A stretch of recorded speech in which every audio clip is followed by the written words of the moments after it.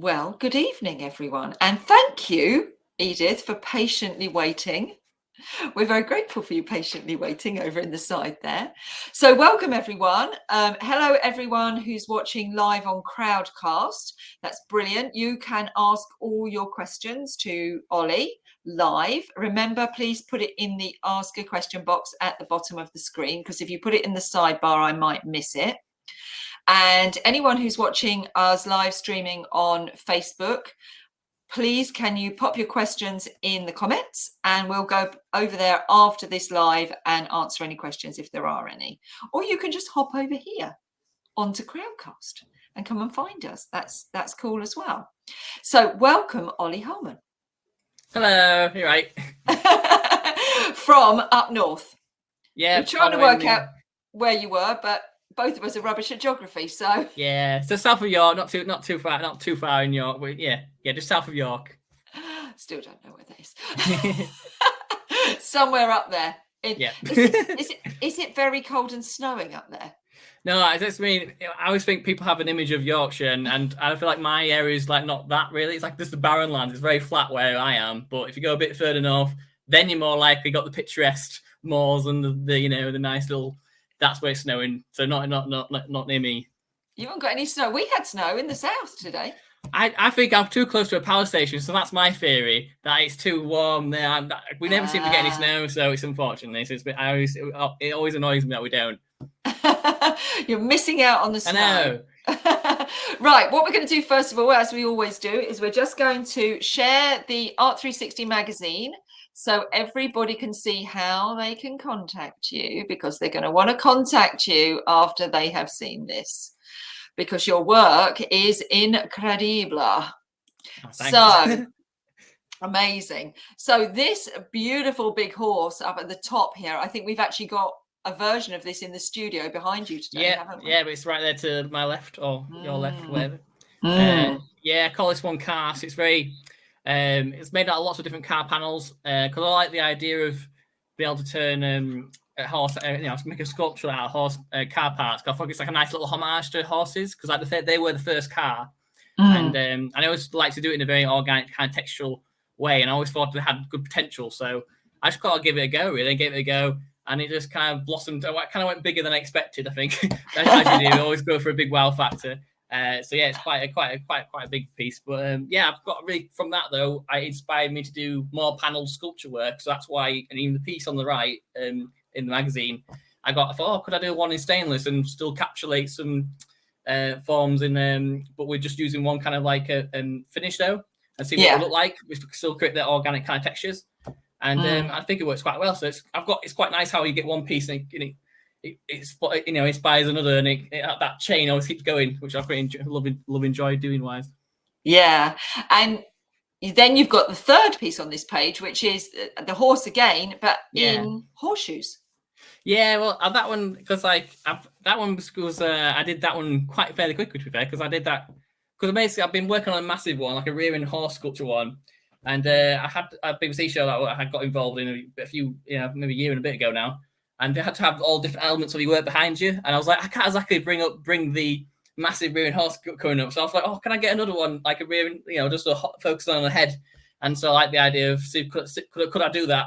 And so I managed to do it. And I quite like, for me, I love the main bit, because I like the idea of doing a bit of an abstract little mane almost. So it's like a bit like a horse in motion, but like, I know, you see them like Trojan Greek almond kind of horses. They always seem to have the bits coming off, so it's kind of like homage to that, really. So it's just done a bit differently. Yeah, no, I totally get that. We'll talk a bit more about all of that telly stuff after we go through this bit first. But we're coming back to the telly bit. Yeah, Don't worry. So, if you are inspired and you love Ollie's work and you think that piece is for me, I need that in my garden, in my house, this is how you contact Ollie. So his email, he's on page 67 of the magazine. I'm sure you all remember how to find the magazine. Go to ART360, click on magazine, and you'll bring it up. And Ollie's on page 67. So his email is there. His website is there. You've got Facebook, you've got Twitter, and you've also got Instagram. So there's no excuses about finding Ollie. He is Good. everywhere. He is literally. That's right. He is literally everywhere. And then what we'll do quickly, Ollie, before we get going, is I'll also show everybody your website, so that again, once they arrive on there, they're confident that they know where they are. And there's that telly thing again in the corner. We'll go over that in a minute. Sorry, I keep showing it out there. Like, oh, by the way, I was on telly. By the way, I was on telly. It all helps. Oh, look, there you are. There's the big one. Oh, yeah, that's the big one. Yeah, we're talking about, yeah. Yeah, so there's Ollie's website. So that is a link at the bottom of the screen here. So anyone who's watching live on Crowdcast, you can see it says Ollie Holman in a green box at the bottom of Crowdcast here. If you want to go straight to Ollie's website, just click on that button and it will take you there. So I'm going to hand the screen over to Ollie, because when I do this, look at that. Not only have we got Ollie, we've also got this amazing character behind us. But before we get on to all of that, I'd like you, Ollie, just to tell us, where did this all start? Did you dream of being an artist at school? I wouldn't say so, actually. Well, I think, I mean, no offense to the schools wise, but I never got from the day one that, oh, you could become that, you could be an artist if that was a thing. It was like, I never really got that impression.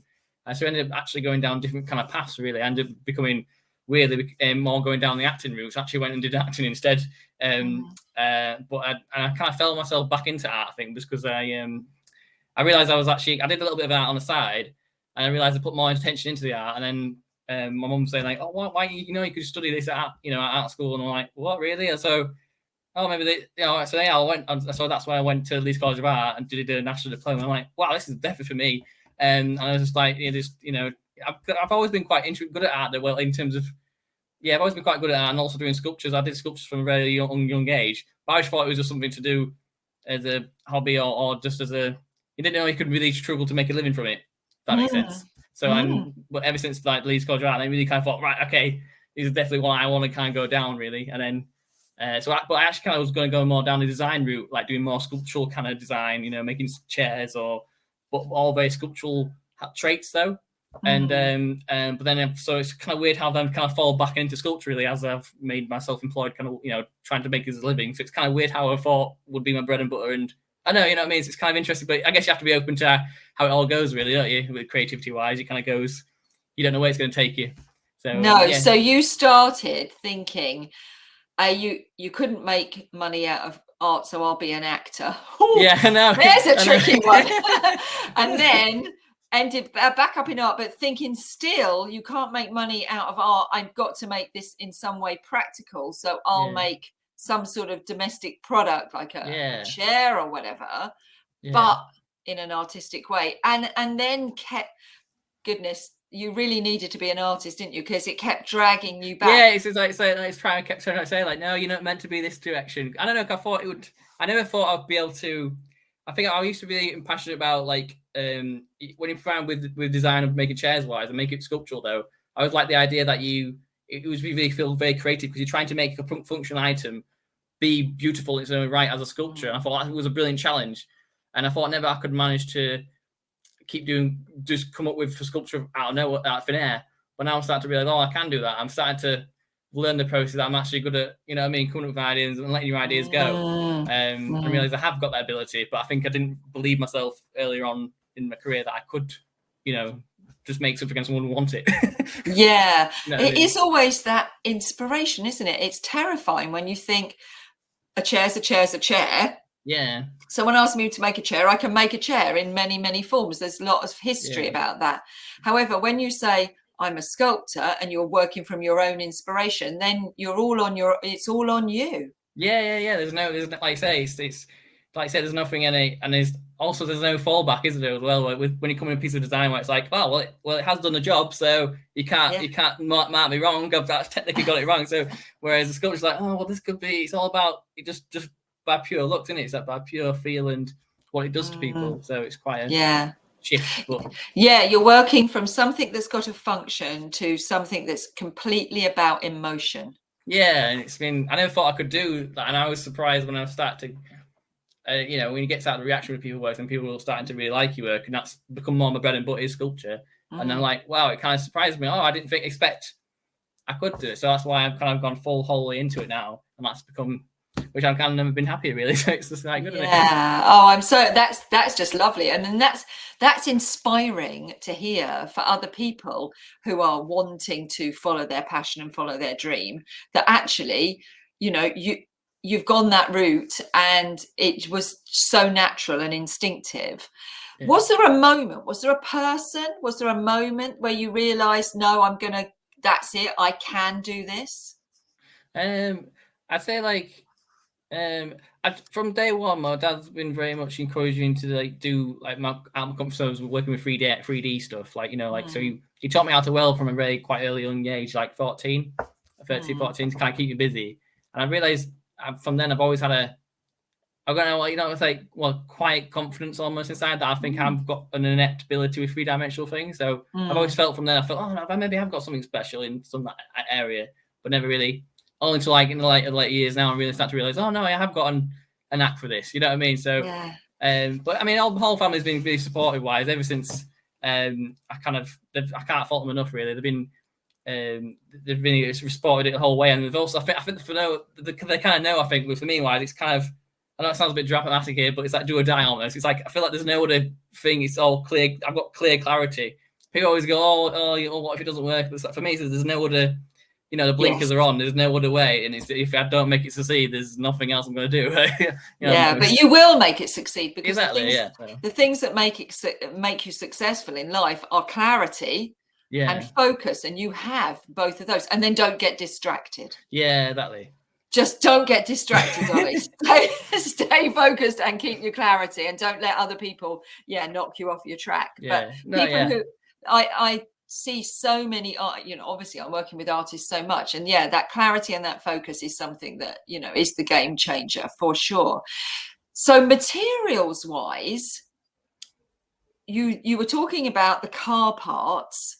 What took you into the welding with your dad? Was it always going to be metal for you? I think so. I think I don't know what it is. I think because of when I started to make my first early sculptures wise, I just love the fact that you can just keep adding bits and bobs together and keep going. It was like endless. It was like, I just fell in love with the material, that the fact that it's limitless almost. You can make it strong. You can have lots of big comings off, and you can just always keep adding and multiplying and all less, and you can have the most delicatest things. I just think I try and basically got hooked on the idea of celebrating steel to be showed. A lot of steel sculptors showed a lot of very physical and very heavy kind of pieces, but I like to try and create a bit of delicateness and make it look like you can be really delicate with steel, and you can, and also show like how you can make it organic. And I like to think that I do surprise a lot of people, I think, with my work, because I think a lot of people don't realize that some people don't realize it is steel, what I managed to do.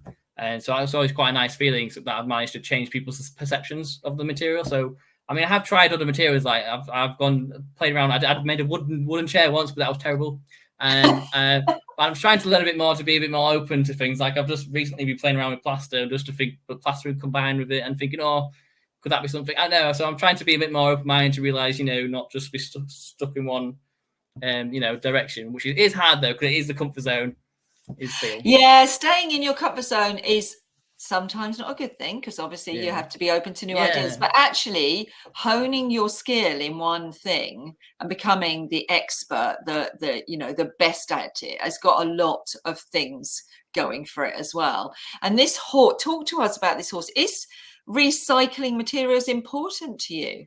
I never thought it was really, but then when you think of it, I've always seemed to have been doing. I don't know if it's like this is the tight Yorkshireman coming out. But it's like, well, if there's something there, well, why not use it? Because like when you think of it, that is where I first started. It was with recycling bits, and I always really, it feels quite a nice thing to be able to do, to transform something that and make it into something really beautiful. And but the bit I wanted to be, I didn't want to be just.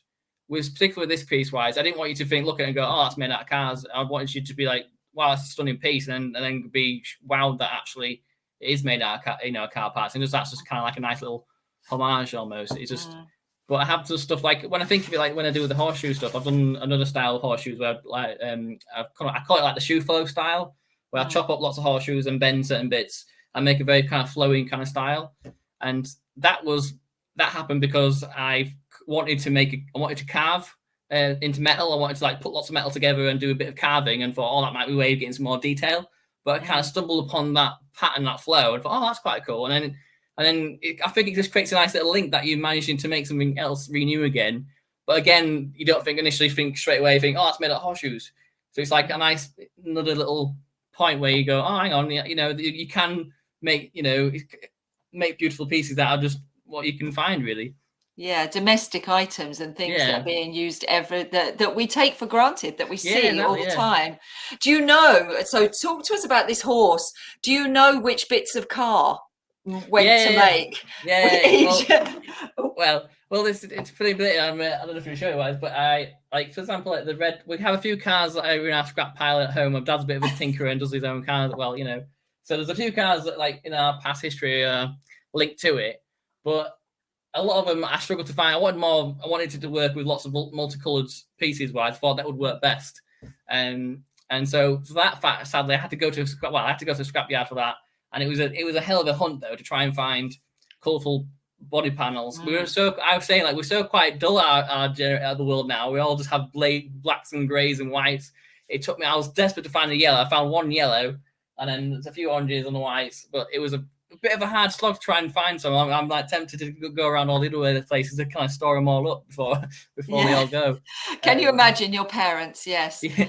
Dad, I'm having 15 cars delivered. Yeah, exactly. Just in all these different colours. So you were saying, so the red is one of your cars? Yeah. So that's a little off a Mini Cooper, and then the green there, the pale green, that's off a Nissan Figaro. That's a lovely colour. Yeah, it's quite nice, isn't it? It's quite nice. The panel's proper rusted, like, so I've saved it. I saved a good bit. And then what else is there? Yeah, a bit of Golf. The green there, the bigger green is the Golf. And then the rest of them, I don't really know, because when you go to a scrapyard, they're all, I don't know, they've already been a lot of bits taken off them, so you can't really work out what's what, really. I just know it was all bonnets were easy to get off. That's what I did, really. Lots of bonnets, they're already flat. I love that blue colour on the nose. Oh, yeah. It's quite surprising, though, like how certain, because obviously I get the shape what I want, and then I hand beat it to try and get the shape into the position I want. I also try to do it to kind of create textural on the edges of it, to try and create that like organic kind of look. And it's interesting, like, how some paints are stronger than others. I was like, it's kind of ways like there's like a metallic red on that one. That's a different card color. Blooming heck, it would not come off. Like, some bits kind of like I wanted to kind of like create a bit of distressed look in certain areas. It just wouldn't come off to the love of money. So it's kind of interesting how different they all are. You need to keep a list and say, oh, well, this kind of car, you want to get that one. Really, really good. Boots, that one. Yeah, exactly. So it also looks like it's almost like stained glass, the way you kind of put the ribs on it as well to connect the pieces. Yeah, because it mainly kind of, the reason why it's kind of like a flow from my linear kind of pieces, like linear animal sculptures that I do, where I used to sculpt an animal and just like round bar and bend it, and it kind of all composed together. If you look around it and walk around it, it all comes together. And I've always wanted to. When they did these animal sculptures wise, I was like, they're nice. It's kind of very, very essence of an animal, which I really did like to do. I do love to kind of create the essence of whatever I'm sculpting. But I always felt I was lacking something. I've been always itching for an idea to put more panels on and kind of celebrate that connection of like skin and bone. And I feel like that's what that shape wise is like. So it's very thick, heavy bars, but then the panels come into it. I always kind of like to show off the bars in certain areas. That's why it's got like negative spaces in certain areas. It just kind of shows off. It's like our skin and bone, and it's like you know what I mean. I want to show that off, you know what I mean. And so that's kind of really why it's kind of like quite obvious. If that makes sense. Yeah, we've got one of your essence of a stag in the reimagined exhibition, haven't we, at Bannatynes? And it's getting a lot of Instagramming. Is it? Okay, There's a lot of Instagramming going on with that one. It's just amazing because I think actually on the website you can go. I've done a 3D, so I've walked around it and people can see it. And as you walk around it, it changes. And because it is just a line. It's just a metal. Like, it's incredible. So did they come first, the metal line? Yeah, that's how it kind of blossomed a little bit. It was mainly that I really enjoyed it. Basically, I got the main idea, from Picasso's bull drawings. He does that, and that's really loved the idea of how can you capture an animal in the fewest lines possible. And I thought, could you go one better and do it like 3-dimensionally, but not done? So I thought it was a hell of a challenge though, because if anything, you're working harder though, I think, because you're like, oh, can that line do that there shape here? And you're like proper like doing this all the time. Like, oh, can I do it there? It's hilarious. The amount of tiny tweaks just to kind of get the shaping of that, to kind of, But I always think it was a brilliant like economical use of steel though, because I'm like, I'm only just using the bare bones of it, and I feel like some people really got it, and though, because like actually it a lot of time goes into just getting I always think so much time to do more simplified. It takes so much longer than doing that almost sometimes, because it's just too much. You know what I mean? And some people got it, some people didn't. It's like so that's why I kind of went down more the something more to get hold of, if that makes sense. So I've kind of moved away a little bit and gone down this kind of route more so now. Yeah, a bit more obvious. Yeah, it's amazing, isn't it? The simplest things are the most difficult. Definitely, yeah. Always. So animals was the start, was it? So chairs, then animals. Don't forget the chairs. yeah. Well, to be fair, with the animals and that, it was kind of like, how do I make this as bread and butter? And I'm thinking, right, okay, let's start at basics. I've obviously had the big grand ideas, I think every artist has big meaningful messages they want to come across. But I thought to start out there, I'm better off trying to get, some pieces that will be sellable. And it sounds horrible, and it's like, how do you have to commercial yourself, don't you, to kind of get out there for a little bit? So that's why I kind of went down that route to do a few animals. I was going to go towards work towards like doing a game fair show, just kind of like big animals. So I did like stags and bulls and wild boar, I think, as well. So I'll try and do that as well as horses. So I thought, okay, I've got a bit of bit of a mixture, if that makes sense, for the outdoor. So your idea was the game fair circuit to sell your work.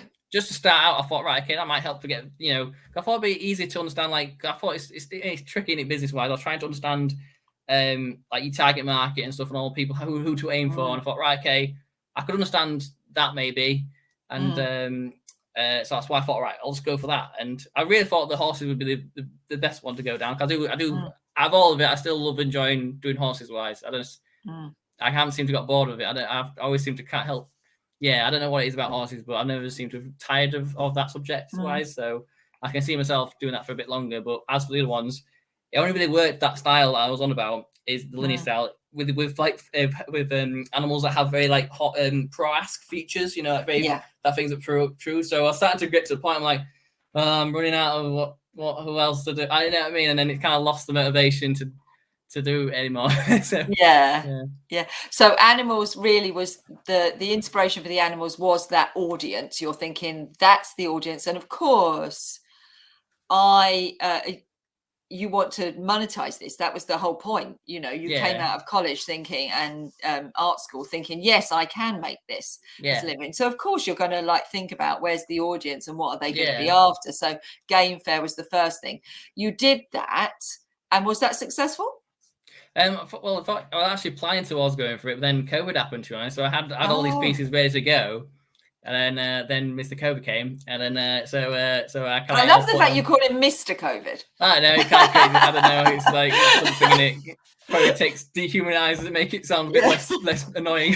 Yeah, it is quite annoying. So COVID came, so that the game fairs didn't come off. Yeah, so that was because I was gearing towards having a big show for, okay, well, if we just get one big show going, I can hopefully start that like ball going, right, okay, this is how it normally works. You go places and you show your work and you sell, and start that chain. Yeah. And that didn't really happen, obviously. So we're all in limbo, obviously. And then that's what, so then it's just kind of created a lot of work together.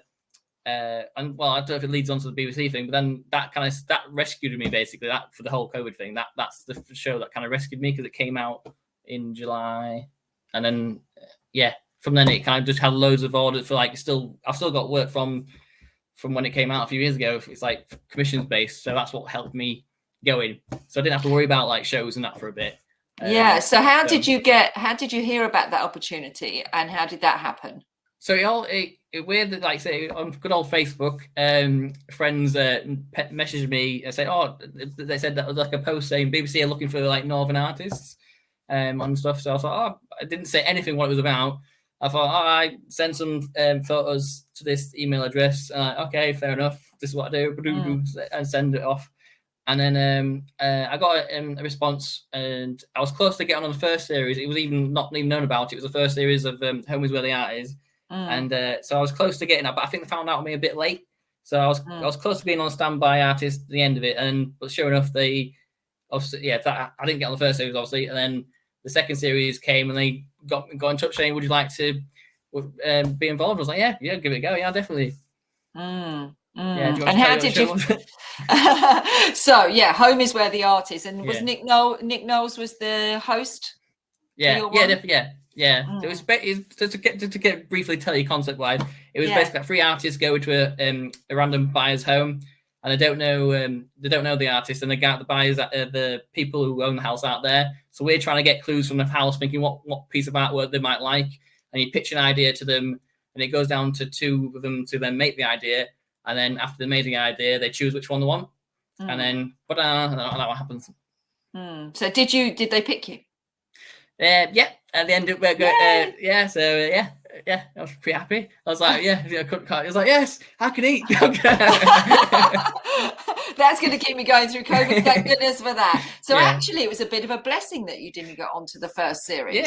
Yeah, no, I think of it. I feel like so much better the second series as well. It felt like so much more like polished up. I felt like, like saying timing, it just was brilliantly time wise. I think I had much more work to show then. On the first, like I said, there wasn't enough. I had enough body of work really. Now I'm like, at this point, I had so much more to show, and so I looked a bit better completed artist wise. So so everyone just found me for the website, and I had lots of different pieces on there, thinking I'll find out which would be more popular. But I got interested in all avenues. So it was a bit like, kind of made my life. It's great. At the same time, made my life harder, thinking like, I don't know what my main audience is basically. So you kind of diverted off of the animals at that point, and because you've got some human figures now, haven't you? Yeah. So basically, I did a lot of wall sculptures because for the show wise, I had like 2 figures together, and so I did a lot of wall sculptures in different kind of ways.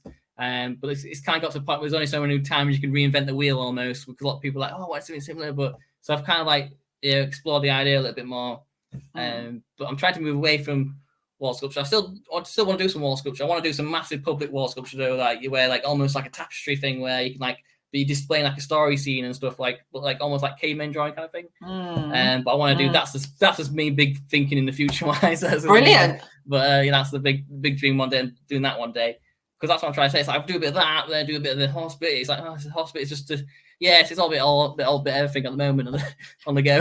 Remember clarity. I know this is the thing. I'm like sometimes I'm like, I keep developing. When style wise, I sometimes keep developing style too much. I'm like, I feel like when you see a lot of artists, I think they've quite got their, they've got their style like nailed almost. Like it seems like, and then it slowly goes into another style. I feel like I keep developing style too quickly almost. I'm like, I have to slow down it a bit. I don't know. I seem to then find another way of. What I would say is what you're seeing outside is probably not what is actually going on in reality inside an artist studio. It's really important to keep growing as an artist and evolving. I would say, knowing your work, that there's a definite style that goes through all of the work that you create. So, I would keep following your passion and see where it takes you, but try and be strategic. Yeah. In your thinking, so that you have an ultimate objective in mind. Yeah. Sounds good. That's what I say. Just try and keep calm. Write that down. It's all right, you can watch it back. I'll send you an email. Just be strategic so that you don't lose sight of yourself. Yeah. Because as a creative, you don't want to get into a formula. Yeah, no, exactly. That's why sometimes, like say, when you get to the point when that's why the BBC thing was great. But I got to the point like I was like, I'm really like, this is not, you know what I mean? I'm like, come on, this is not. Yeah, I started to think, like, say, it felt like a job. But then I was like, no, this isn't right. I didn't do this because I wanted to make chairs. No, exactly. Exactly. You don't want to be repeating yourself. You don't want to become, a factory line. Yeah, exactly. But equally, you want to be strategic in thinking that you do want to create a good living for yourself. So just sometimes take a step back and just stay calm and, you know, think about more strategically where you want to take yourself, because that's definitely stood you in good stead by the sounds of it up till now, is having the clarity of vision and an awful amount of the universe pushing you in the right way. I think you're very, you know, the universe has got your back, hasn't it? Ah, good. Well, good to hear. So you've got some drawings behind you. Can you talk to us about that? Is that part of your process? Yeah, definitely. Every idea stems. You have to get it down on paper. I always think it's always the best way, and you always kind of like with the drawing. I always try to be as loose as possible when it comes out with new ideas, and just kind of create lots of mini ideas with it. I really enjoyed kind of being more loose, really. I've tried to find ways to be more expressive, really, and get more different ideas from just being a bit more letting things flow, really. So yeah, it's kind of nice, like a little ballerina idea behind me. But if I slow it around slowly. slowly. I've warned Ollie about the whole making us feel sick. There's perfect. So drawing is a big part of your practice then. Yeah, I just think it helps to like get through. You figure out a lot of problems and a lot of the form wise, just without having to go straight into making. So I always think it's so helpful to do. And so I don't know why you wouldn't do a bit of drawing really. I guess with me, because it takes a bit more commitment to get to start making a piece wise. I guess it's maybe different as if you're a painter or thing. So I thought you get lots of drawings wise, it kind of helps you understand like how am I going about making the piece as well. So you know, you get better understanding. So that's how it's always been for me is get drawing. Do the drawing, get the balance. Yeah. And then that gives you the in to start the making. Yeah, exactly. So like, for example, like they're doing the horse there. It's like, you know, I create the rough shape of the idea of it. And obviously it changes when you start to make it wise. Like initially my drawing, like, you know, I didn't have the mane was not as high, or, you know, it changes as you're making it. But you have like a loose idea in mind, and then you kind of maybe let it go in the moment. So when it starts to making it wise, so like physically that the panels, I kind of let myself it can change when you start to make it, if that makes sense. So and I kind of try to have like a loose composition in mind when it comes to making it, thinking, oh, actually I want a bit more like that there, want to punch out a bit more here. So it's still like that. You need like the frame sorted out, so you just kind of get the working out where rough panels are going to go. So by drawing it, I worked out where the round bar is going to go, and then I could work with it, if that makes sense, instead of just having like a weird frame that, you know, that makes sense. Yeah, absolutely. The drawing informs the sculpture, but it's not a copy of the drawing. Yeah, absolutely. And we saw some just off screen. If you turn your screen just slightly, we saw some little kind of like maquettes going on there. Oh yeah, so here we go. Oh, it's probably bad lighting, sorry, isn't it? Bad lighting. Bring that in. Sorry. Yeah, there we go. That's it. So this is like this is a bit of car parts as well. I wanted to do a figure in car parts. Sorry, I feel like I really know better laptop, don't I? So this is me playing around with plaster, thinking could it work well. So this is literally top secret. This is all new. Exclusive here, exclusive. So because I just thought I really quite like the combination. I thought would the combination work? Like the nice little you love it's like a nice homage, obviously, to the the marble and stone sculptures. But I thought it's like, because I love the color combinations, I thought it'd be quite contemporary and it might celebrate the two quite well. Yeah, beautiful. I love the way that's looking. And you've still got the bars, haven't you? Still, the bars are in there. Yeah, so you got the round bars that help form it. So this like part of the figures, part of the arm wise, and then as for the structuring of the leg wise, like bars are hidden in there now, obviously, because plaster's in there.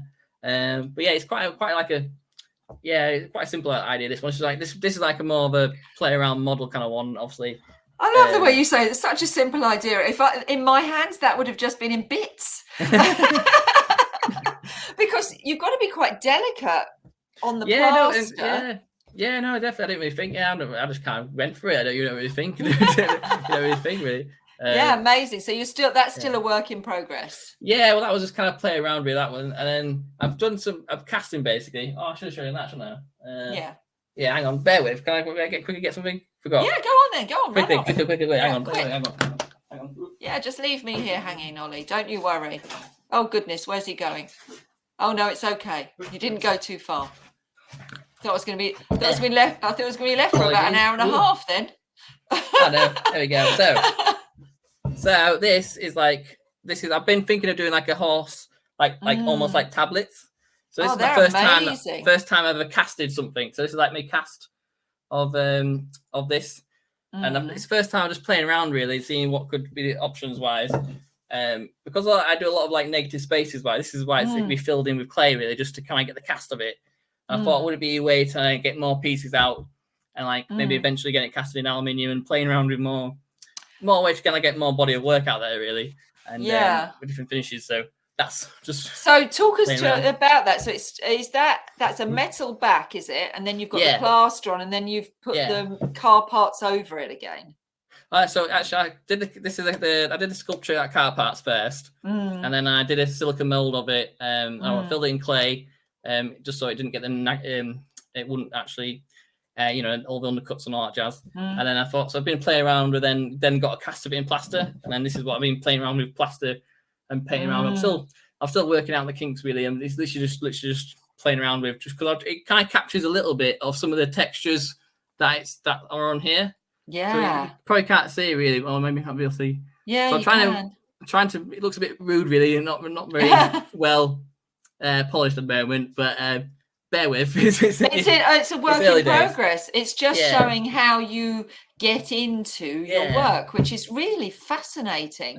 But it's still very much this. You've got this shape of the panels, and you've got the color. That's going through everything. Yeah, I feel like it helps celebrate it though, because like it also makes it look, more tangible. Because I feel like when people say like really into industrial look these days, everyone really quite likes the more historic. I always think I've wanted to involve colour into my work for a long time, but I never really struggled to find a way to do that, because I thought I feel they can quite easily make a sculpture a bit tacky if you just by suddenly painting it all in one kind of colour wise. So I've always tried to refrain from it and tried to find other ways. So when I stumbled upon obviously this idea, I thought, oh, that's brilliant. That's what I've been after for ages. Like, it looks like it's been lived in. It's like, we have our scars, we have our marks. It looks so much more alive. I think that's why we're drawn to the industrial look wise. Maybe because it looks like it's got character, and so I think that's it's a way of doing it. Capturing character. So that's what I'm trying to do with all middleworks. So you're using paint as well then? Now, I've tried to. So I've done it with a few full sculptures. Done a wall sculpture recently with like a paint effect where I've been like doing distressed look. So I put like different layers on and then try and take it off with a few solutions, and then I've done I did a bull sculpture like Melanini kind of style, and that was kind of similar effect where then I took it off in a way, building up the layers with different paints, and then exposed the metal and let it get rusty, so it kind of looked like it's been there longer than it had, and it looked so much better when it had a bit of the rust on it, and it looked so much more like it had a bit more presence about it, and it's quite crazy, and I think so mental how that works, but it seems so you're showing the evolution of the sculpture as much as the evolution of the creature, aren't you? Yeah, but I guess it shows higher when you think of it. I forget that it actually had. You are, like you say, adding more form to it, because obviously you're throwing up highlights, and instead of and you're focusing your eye to bits. So maybe that's why it works, really. That's why maybe I'm happy with it, how it goes. Yeah, it's fascinating. So the work, is it principally to be shown indoors, or is it principally outdoors? So unfortunately these ones are more indoors right now. Obviously, just because what I do, obviously, I've by doing them hitting the metal, hitting the metal, I've kind of exposed the paint, and obviously I like to polish up a little bit because a lot of like steel, a lot of car parts, they have painted in galvanized and it looks like a dull grey white. So I end up I know it's probably stupid, I end up polishing them just to kind of sing out bits, all the like certain accents. Oh, hang on, that's probably better to show you. Hang on. I can't really say. Yeah, it kind of sings out a bit more. Yeah. And it just kind of creates that contrast around. But I'm looking into ways of getting a really good lacquer eventually, but I'm not fully ironed out the kinks. So that's why I'm tempted to go into see what I could do with my stainless steel piece, and also I wanted to see if I could do it with copper and all that lot, and see if that way it could be going outside.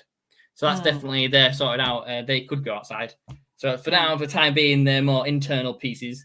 And But yeah, so I'm working on that to get them out. Yeah, to get them outside so they're lacquering. Yeah. And you said you work to commission. You've been doing a lot of commissions as a result of the TV show. Is that something that you want to do and you want to carry on doing? I think I like to be a mixture. Maybe not as I have had a lot of because it's been just getting bread and butter for me. It's been like 0 to 0 that I've never had been making such a living since the show came out. So I can't really disregard it because that's what's been keeping me going. But I still have enjoyed. I will admit, I do enjoy turning an idea and creating an idea for someone. It's like it feels like a nice aha moment. That I've managed to some people are after something and I've managed to work and find a way what is it they're interested in, and then create an idea for them and seeing their faces when you come up with the idea, like, oh wow, that's really something we really wanted. And then also when you make it, it's such a nice feeling, that you managed to. You've done a job. It's like that job satisfaction almost, isn't it? So I do think I still would really be open to doing commissions. But I think probably for me, I didn't expect. I thought I'd have some more pieces go when the show aired. I thought I've just had some more ready pieces just go. But I think everyone everyone wanted a commission, really liked me. I don't know, but they all seemed to. Everyone wanted to have a commission, so it's been quite tricky trying to manage it all because obviously everyone kind of got in touch in one go, and oh wait. Everyone's got the same kind of starting point. So I was like, oh, when's mine? When's it? So it's been quite driven to kind of keep everyone happy. And it's same time you want to do your own thing. So so it's 50-50, I'd say. A bit of just focusing on your work, just for your creative work, and then a bit of, because I do think you do create ideas. I have come up with some amazing ideas that blossom from being pushed in a brief. So I do sometimes getting given a brief because you don't really think of it unless you've been given it sometimes. So I do think it do help inspire me. So I'd never definitely. So for that reason as well, I'll probably say I'll do a bit of both. That makes sense. Yeah. Long answer. No, and it's perfect. It's find a happy medium between doing the commissioned work, because it does, as you say, it does stimulate and inspire other ideas, but you need a bit more time to be able to make your one-off pieces. Yeah. The commission pieces, how long do they take then? They vary. A lot of wall sculptures wise, about. I like to try and have a wall sculpture going on as well as a ready-made piece to try and break it up a little bit. I'd say a month. I've gotten down to a fine art now. I feel like I can get through it fairly quickly. The wall sculptures wise, but it depends each piece. I've got some pieces varying scales wise. So some large wall sculptures, and then some more conventional sizes where they're 1 meter by 500. Kind of size, and that's you say more than a month or less than a month kind of talk, really. And what price point? So the smaller ones and then the larger ones, what price point are they? So there was from it started roughly now they're from 1100 to more. I've had it sounds a bit of a big jump now. I've had 1100 to £6,000 once at one point. That was a really massive one. It was quite a luxurious one. It was the £6,000 one. But yeah, so it's kind of in that price point. It's usually from 1100 to 200 to 2,000 kind of pounds, I'd say, for the average in the wall sculptures. That makes sense. So if someone's interested and they're thinking about that, then the smaller ones are around 1,100 and the larger ones are around 2,000 plus, depending on the complexity of them. And they take at least a month. Yeah. Good. That's that's great, because I think people will want those kind of answers. And the horse behind you, what kind of price point is he? He's more in into the 6 to 7 £1,000 mark, just because it's a bit more complicated. They take a lot more work involved with this one, and it's more kind of going for that market wise. I think it's more justifiably for the time that goes involved wise, and it's it's a hell of a statement piece. It's kind of I did when I went for it, but I am doing some more smaller works in that, and more or less under the. So he's about 6,000 to 8,000. This chap kind here. Of thing. Yeah, I can see that he's a gorgeous creature, but you are thinking of making some smaller ones. Yeah. So I've got some small ones. Obviously, but as we know, smaller doesn't necessarily mean that much less work. No, exactly. Yeah, exactly. Exactly. It can be trickier to do the smaller pieces. No, yeah, definitely. Especially like you say, when you get into some small pieces like that. Because obviously I still try to keep the paint involved, so I don't want to keep bashing till there's no paint to use as the colour wise. But I've found actually I've got like I really did like my that's like the exhibition, the carousel horse. That always thinks really quite cute. That's that one. lovely. Yeah, really great. Yeah, it was quite nice that one. I always feel it's quite like managed to just get the essence of it. And it's quite challenging just to get the features because obviously I've got more to play with to get the features of the face wise. And that one wise, I was like, oh, I might just kind of get it. I don't know, you know what I mean. Just a hint, if people are interested in that one, it has actually sold, but it's in the cabinet still currently in the cabinet on show at Ballantyne's in Hastings at the moment before it goes to its new home. And we've got a lady who's also sold, but she's also still there at the moment, residing beautifully, looking around at everybody. But yes, as you say, the smaller ones are not necessarily less work. You've got to capture the essence, haven't you? Yeah, exactly. It's also with the drawing as well, because like I really quite like that's what I call it. You know, the other horse that was in the magazine bit, the essence one. I really love that drawing because I feel like you've just got the bare essence of it. I really just I know. I think it's something about like just showing you just enough. I think it must be really quite hard, and it's hard to kind of do, and it's also rewarding to do. Yeah, it's stunning, that piece. It's sitting behind the reception desk looking at everybody as they come in. Nice warm welcome. Yeah, nice warm welcome. And it's juxtaposed with some other sculptures as well by Jonathan Haitley, and I think they all very very much in harmony. So we have a question from Vincent Matthews saying, how much does drawing or preliminary sketching is part of your initial process? Do you sketch in your research? Yeah, definitely. Well, you like come up with the ideas, or do you mean like kind of like as you blossoming from? I don't know. I'm trying to work out what it means research wise. I'm always constantly drawing. Like when it comes to even when how am I going to make it? I'm always like I suppose. Do you have sketch pads? Do you keep drawing all the time? I've got too many. I've surrounded by them. I'm struggling to keep them top and all really. I've got big to small really. I've tried to go bigger, so it's quite enjoyable to go quite massive, and it's like really you can just kind of go for it. And I even sometimes when if it gets really technical, this is more in the design days, but I do have a bit of graph paper as well sometimes when you just kind of like, right, okay, kind of just helps you get the bare bones right to work out the to be a bit more precise, if that makes sense. And what do you use? Do you use graphite? Do you use pencils? A lot of mechanical pencils. Ever since I got mechanical pencils, I feel like my drawings become so much more refined and more technical. And I think I've really understood a bit more. We're adding another depth because I've obviously started to enjoy a little bit, not just drawing for the sake of it, just to get the idea. I've enjoyed actually kind of like maybe coming in arty in their own right, like just really kind of getting a really beautiful drawing at the same time, because I thought it always helps you skill set as well. So my drawing has really improved over the last few years, and that's thanks to a few tools and a few different ways. Like I like to also incorporate as well a bit of like pastels, so a bit of a pastel kind of that background, and then you do your drawing kind of thing, and then you using the rubber wise to kind of bring off the highlight tones, and that's when I found that trick. I was like, oh wow, I was like, oh my god, that's how you do it. You know what I mean? Another way, you know what I mean? Because obviously you just kind of stumble upon it. I didn't really properly learn a little bit. Art school wise, I was very much like down into the 3D end, so I didn't really much do like paintings or drawings wise. It was all more 3-dimensional. So now that's why I'm trying to say my work's gone.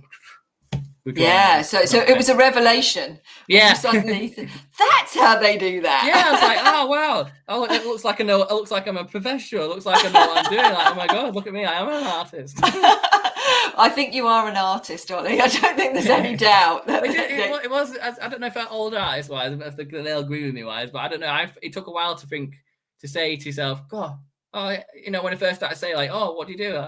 I'm an artist, and you know what I mean. Now I'm like, oh no, yeah, I'm a sculptor. I've enjoyed that now. I can just say that now. I'm like, okay, yeah, I'm a sculptor.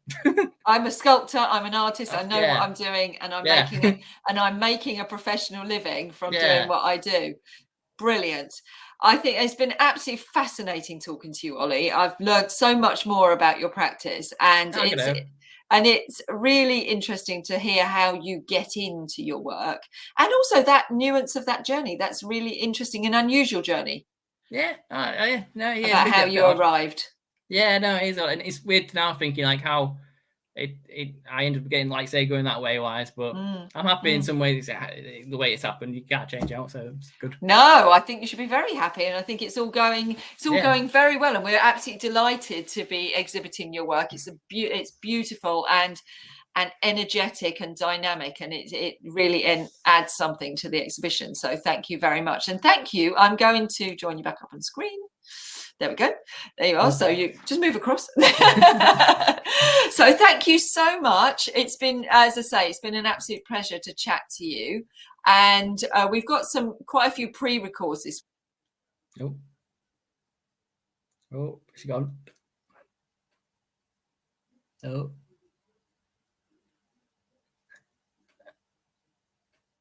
Oh, you're back. Yeah, sorry, a slight glitch on the Wi-Fi. It happens occasionally. Normally, it's not me disappearing. Normally, it's the other person going. So, that was quite fun. Yeah, zipped in, zipped out. So, as I was saying, it's lovely to chat to you live tonight. A lot of the interviews this week are on Premiere, so people can go onto the YouTube channel and see them. And then my next live here on Crowdcast will be next Monday with Sandra Manont. So we'll be very much looking forward to that. So thank you very much. Thank you for not disappearing while I had a little float out and float back. Hopefully everyone can remember how to contact you. I showed you on page 67 in the ART360 magazine. And we look forward to seeing you all next Monday. And if you have got any questions for Ollie, pop them in the Facebook group and tag him, and one of us will pop over and have a chat and answer your questions. Thanks, Ollie. Cool, no worries. Thank you for having me. You're welcome. Thank you very much. And we look forward to speaking to Sandra next week. All right, cool. Take care. Bye. See ya.